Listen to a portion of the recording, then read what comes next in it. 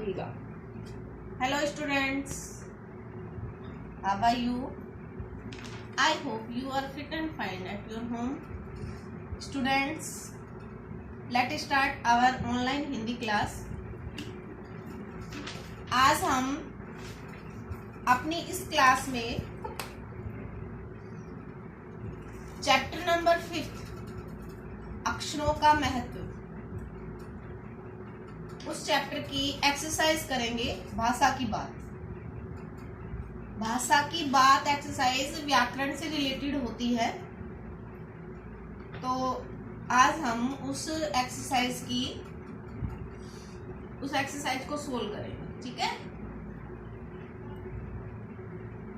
अक्षरों का महत्व, ये हमारा पाठ का नाम है।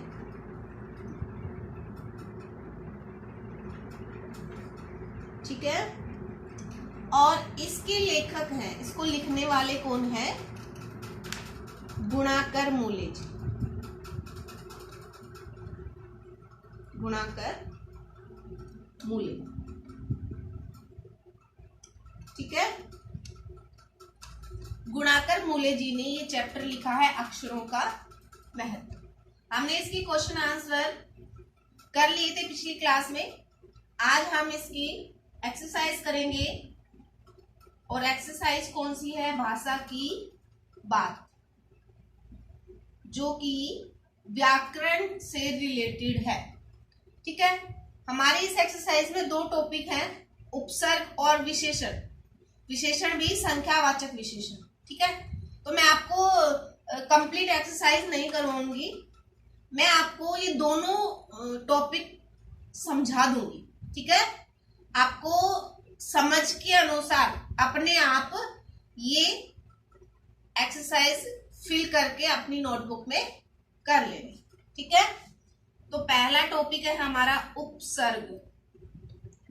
ठीक है। उपसर्ग क्या होता है? उपसर्ग होते हैं जो शब्द के आगे जुड़कर शब्द का अर्थ परिवर्तन करते हैं। ठीक है। एक उदाहरण से समझते हैं हम। एक शब्द है हमारे पास जय, हमने इसके आगे परा उपसर्ग जोड़ दिया तो शब्द बन गया हमारा पराजय। ठीक है। पराजय शब्द सॉरी, पराजय शब्द में जय शब्द ने परा उपसर्ग जोड़ दिया तो ये पराजय शब्द बन गया। जय शब्द का अर्थ होता है जीतना और पराजय का अर्थ होता है हारना। तो शब्द के आगे जुड़कर उस शब्द का अर्थ परिवर्तन कर देना किसका काम है? उपसर्ग का काम। ठीक है। तो उपसर्ग की परिभाषा क्या होगी? जो शब्द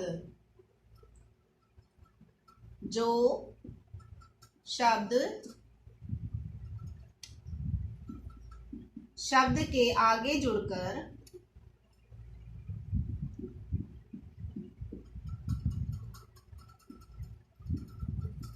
शब्द का अर्थ परिवर्तन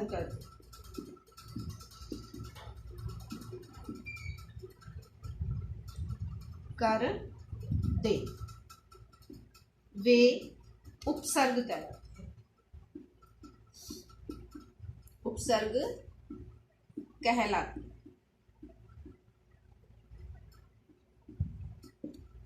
ठीक है। जो शब्द के आगे जुड़कर उसका अर्थ परिवर्तन कर दे, वो शब्द क्या कहलाते हैं? उपसर्ग कहलाते हैं। ठीक है। उदाहरण के लिए देखिए, यहाँ पर शब्द है हमारे पास सफल। ठीक है। सफल शब्द में हम ए उपसर्ग लगाते हैं तो शब्द बन जाता है हमारा असफल। ठीक है। यहाँ पर सफल शब्द का अर्थ है सफलता प्राप्त करना, और असफल का अर्थ होता है असफल हो जाना, सफलता प्राप्त न कर। ठीक है। तो यहाँ अ शब्द का अर्थ है नहीं। ठीक है। नहीं का भाव दे रहा है ये अ शब्द। ठीक है। ओके। ये हमारे उपसर्ग और उपसर्ग में जो शब्द हैं उनके क्या अर्थ होते हैं, ये शब्द सब हमने इस उपसर्ग में सीखना। ठीक है, शब्द है हमारे पास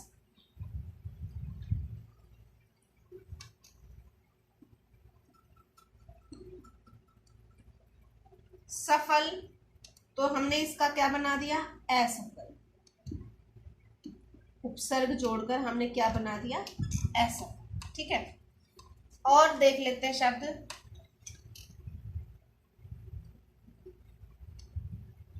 दुर्भाग्य। अब आपके पास ये शब्द दिया हुआ है और आपसे पूछा जा रहा है कि ये जो शब्द है इसमें कौन सा उपसर्ग है, तो हम क्या देख के बताएंगे। हमने दुर को अलग कर दिया, हलंत रह है क्योंकि यहाँ आधा है, और भाग्य को अलग कर दिया। ठीक है, दुर को अलग कर दिया और भाग्य को हमने क्या कर दिया, अलग कर दिया, तो ये हमारा शब्द बन गया दुर्भाग्य।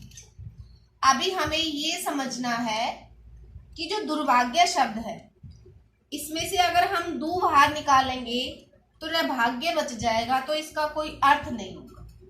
ठीक है, मीन्स अगर शब्द के साथ उपसर्ग जुड़ा हुआ है और शब्द में से हम उपसर्ग को निकालते हैं तो पीछे का जो शब्द बचता है उसका अर्थ निकलना चाहिए। ठीक है, शब्द का अर्थ नहीं निकलेगा तो उपसर्ग गलत है। ठीक है, मूल शब्द के साथ जो शब्द जुड़ता है, जो उपसर्ग जुड़ता है, उसको अलग करने के बाद जो मूल शब्द बचता है उसका अर्थ निकलना चाहिए। अगर उस शब्द का अर्थ नहीं निकल रहा है तो कहीं कुछ गलती है, चाहे वो उपसर्ग में हो या शब्द में। ठीक है, अभी हम कुछ शब्द देखते हैं उपसर्ग के।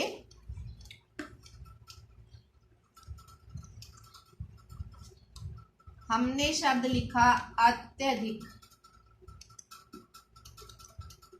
अत्यधिक, अभी हमसे पूछे कि इस शब्द में कौन सा उपसर्ग है, तो हम क्या देखेंगे, अगर ए को अलग करेंगे तो हमारे पास शब्द बच जाएगा अत्यधिक, तो इसका कोई अर्थ नहीं। ठीक है, हम इसको अलग करके इसको देखेंगे तो ये शब्द बचेगा हमारे पास यधिक, इसका भी कोई अर्थ नहीं है, ना इसका अर्थ है ना इसका अर्थ है, तो क्या होगा। अब हम देखेंगे कि संधि के अनुसार जो ये यह है ये छोटी ई में बदल जाएगा, तो ये शब्द बन जाएगा अति। उसके बाद बच गया हमारे पास अधिक। ठीक है, क्या बच गया, अधिक, तो ये शब्द सही है। ये वाला शब्द क्या है हमारा, सही है, अति और अधिक। अति उपसर्ग, अधिक मूल शब्द। ठीक है, इस प्रकार से हम शब्द में से उपसर्ग अलग करके देखेंगे और पता लगा लेंगे कि कौन सा शब्द सही है और कौन सा शब्द गलत है। ठीक है, ये इस शब्द के इसके अनुसार हम इसको कर सकते हैं। इसी प्रकार से दूसरा शब्द देखते हैं हम।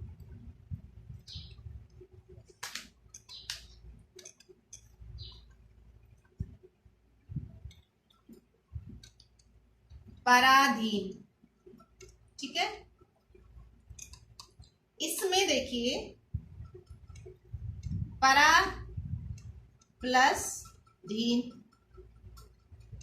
ठीक है, पर उपसर्ग आधीन। ठीक है, परा अधीन।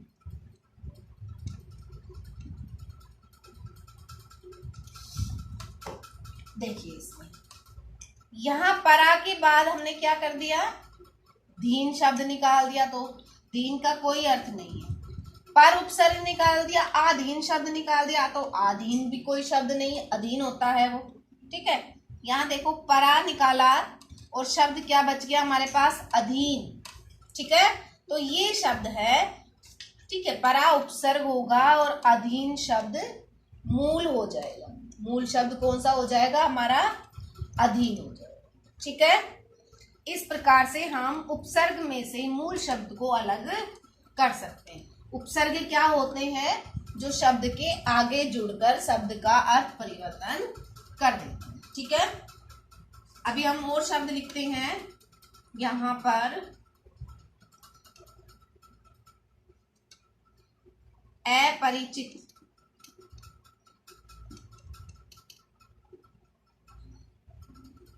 अपरिचित। ठीक है, हम क्या देखते हैं यहाँ पर? कौन सा शब्द है? अपरिचित शब्द है, जिसमें हमें ये बताना है कि कौन सा उपसर्ग है और कौन सा मूल शब्द है। अभी देखते हैं, निकालते हैं इसमें से। ए निकाल दिया हमने यहाँ पर, तो क्या बच गया हमारे पास? परिचित।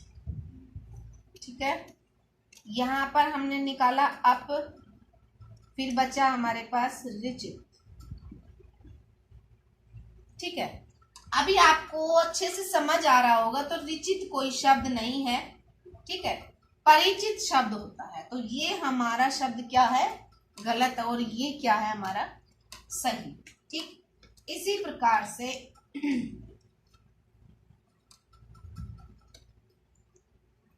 अनिच्छा, अनिच्छा। ठीक है, ये शब्द है हमारे पास। तो हमने इसमें से ए निकाल दिया, तो हमारे पास क्या बच गया? निच्छा।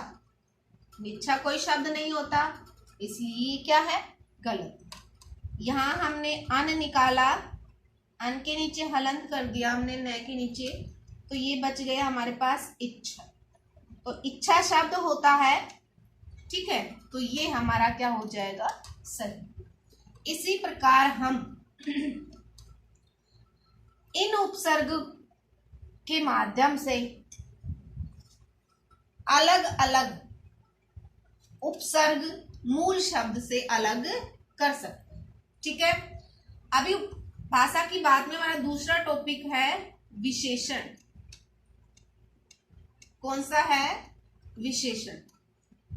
विशेषण वैसे तो बहुत ही काफी लंबा चौड़ा टॉपिक है, लेकिन यहाँ पर हमें सिर्फ संख्यावाचक विशेषण को समझना है। ठीक है, तो हम पहले नॉर्मली सी थोड़ी सी जानकारी हम विशेषण की ले लेते हैं। संज्ञा या सर्वनाम की विशेषता बताने वाले शब्द कौन से होते हैं? विशेषण। ठीक है, जैसे सुंदर लड़का, वह मोटा। दो वाक्य है हमारे पास। ठीक है, सुंदर लड़का, लड़के की विशेषता है कि वो सुंदर है, और लड़का क्या है? संज्ञा है। ठीक है, संज्ञा की विशेषता बताने वाले शब्द कौन से होते हैं? विशेषण होते हैं। मोटा क्या है? विशेषता है उसकी, और वह क्या है? सर्वनाम। तो यहाँ क्या है? सर्वनाम शब्द की विशेषता बताने वाले शब्द भी क्या होते हैं? विशेषण। तो इसकी परिभाषा हो जाएगी, संज्ञा या सर्वनाम शब्द की विशेषता बताने वाले शब्द विशेषण कहलाते हैं। ठीक है, जिस शब्द की विशेषता बताई जाए वो शब्द भी क्या होगा? विशेषण होगा। ठीक है, विशेषण होते हैं चार प्रकार के: गुणवाचक, संख्यावाचक, परिमाणवाचक और सार्वनामिक। तो यहाँ पर हम केवल और केवल संख्यावाचक विशेषण पढ़ेंगे। बाकी विशेषण का टॉपिक हम जब व्याकरण का टॉपिक करेंगे उस समय सॉल्व करें। ओके, संख्यावाचक विशेषण। वैसे तो संख्याएं संज्ञा होती है, लेकिन ये विशेषण में भी काम आती। ठीक है, जैसे चार पुस्तक। ठीक है, पुस्तक संज्ञा शब्द है और उसकी विशेषता क्या है कि वो चार है, तो ये हमारा संख्यावाचक विशेषण। ठीक है, ये हमारा क्या हो जाएगा? संख्यावाचक विशेषण हो जाएगा। ठीक है, उसमें हम क्या देखते हैं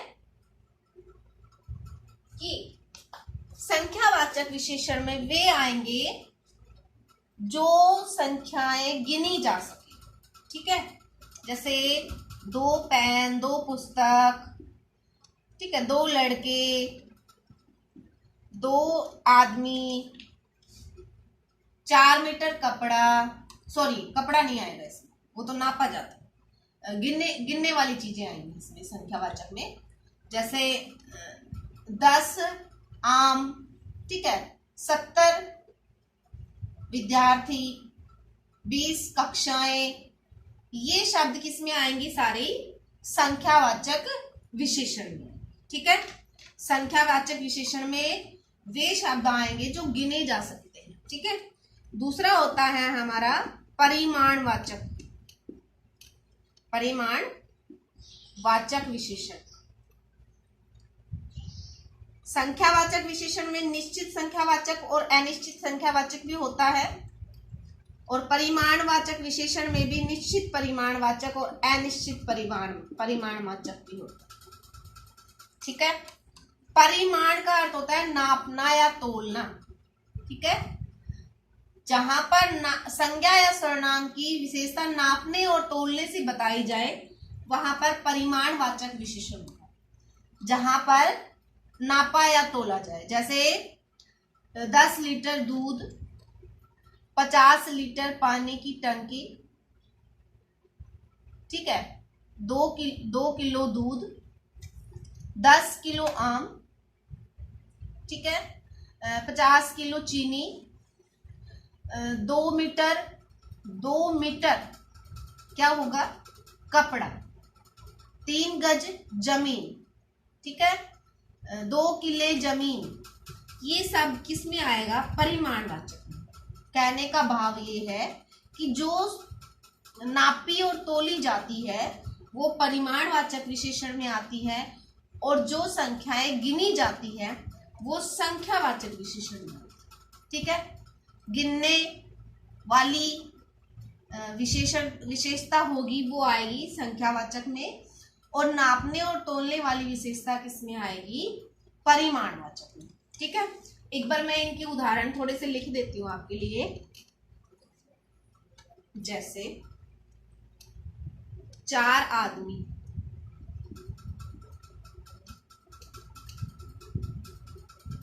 50 लड़के, 20 कक्षाएं, ये तो हो गए हमारे संख्यावाचक विशेषण, ठीक है। और परिमाणवाचक में क्या आते हैं वो अभी बता देते हैं आपको।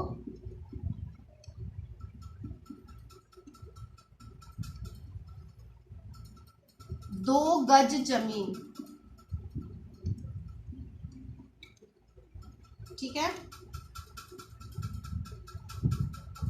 4 मीटर कपड़ा,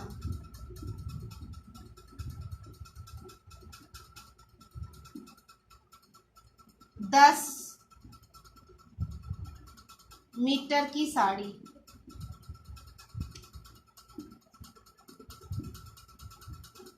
ठीक है, 10 मीटर की साड़ी, 10 किलो आम, ठीक है। ये अलग अलग, इन दोनों के अलग अलग भाव से पता चल रहा है कि कौन सी संख्यावाचक है और कौन सी हमारी परिमाणवाचक, ठीक है। संख्यावाचक में हम क्या करते हैं? गिनते हैं, ठीक है। संख्यावाचक में गिनना होता है, जो चीज गिनी जा सकती है वो किस में आ जाएंगी? हमारी संख्यावाचक में। परिमाणवाचक में वे चीजें आएंगी जो नापी और तोली जा सके, ठीक है। नापना और तोलना जिस संज्ञा सर्वनाम की विशेषता होगी वो क्या होगा? परिमाणवाचक विशेषण माना जाएगा, ठीक है। तो आज हमने उपसर्ग का टॉपिक किया और हमने संख्यावाचक विशेषण और परिमाणवाचक विशेषण की, ठीक है। संख्यावाचक और परिमाणवाचक विशेषण, और हमने उपसर्ग का टॉपिक किया, ठीक है। तो आपको ये दोनों टॉपिक अच्छे से समझने हैं और इन दोनों टॉपिक के अकॉर्डिंग जो हमारी बुक में एक्सरसाइज है वो कंप्लीट फिल करनी है, और अपनी फेयर नोटबुक में उसको नोट डाउन करो। ओके, तो ये आज का हमारा टॉपिक था। आज के लिए इतना ही काफी है। हम इससे आगे के नेक्स्ट क्लास में करेंगे। ओके, तब तक के लिए धन्यवाद।